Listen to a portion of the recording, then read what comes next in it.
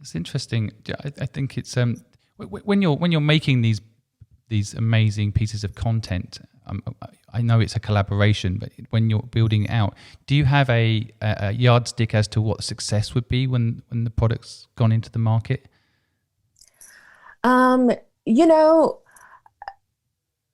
I've given this is just specific to me, and I'm gonna caveat it by saying like, I love I love money, like like making money and and having that be sort of a measure of success. But when it comes to my own work, what I've realized is that I can't. It never serves me well to think about, well, this project that I'm developing, is what exactly is the market for it? What are the chances of it getting picked up?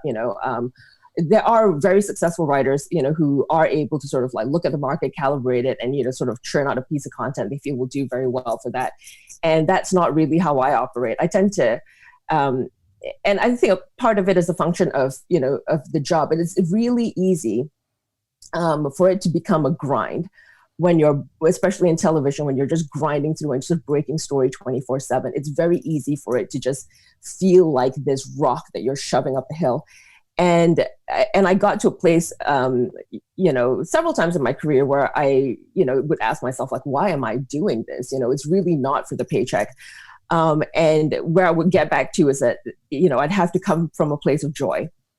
So it's a very long way of answering your question, but to me, success is, when you're pursuing a project and it really comes from a place of like pure passion, pure joy.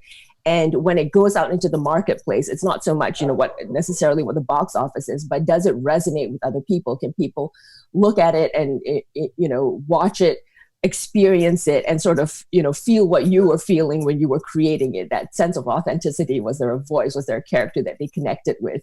When you're in the writer's room or you're with producers and you're just grinding this thing out, it's so easy to lose perspective of, that these characters you bring to life, like to someone else watching it, they're flesh and blood.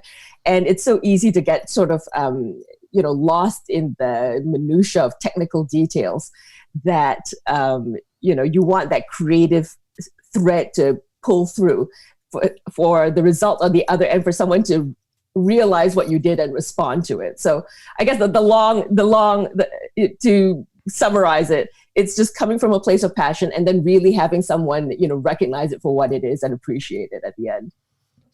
This one true fan concept. It's this, that one person's really enjoyed it and they've got something from it.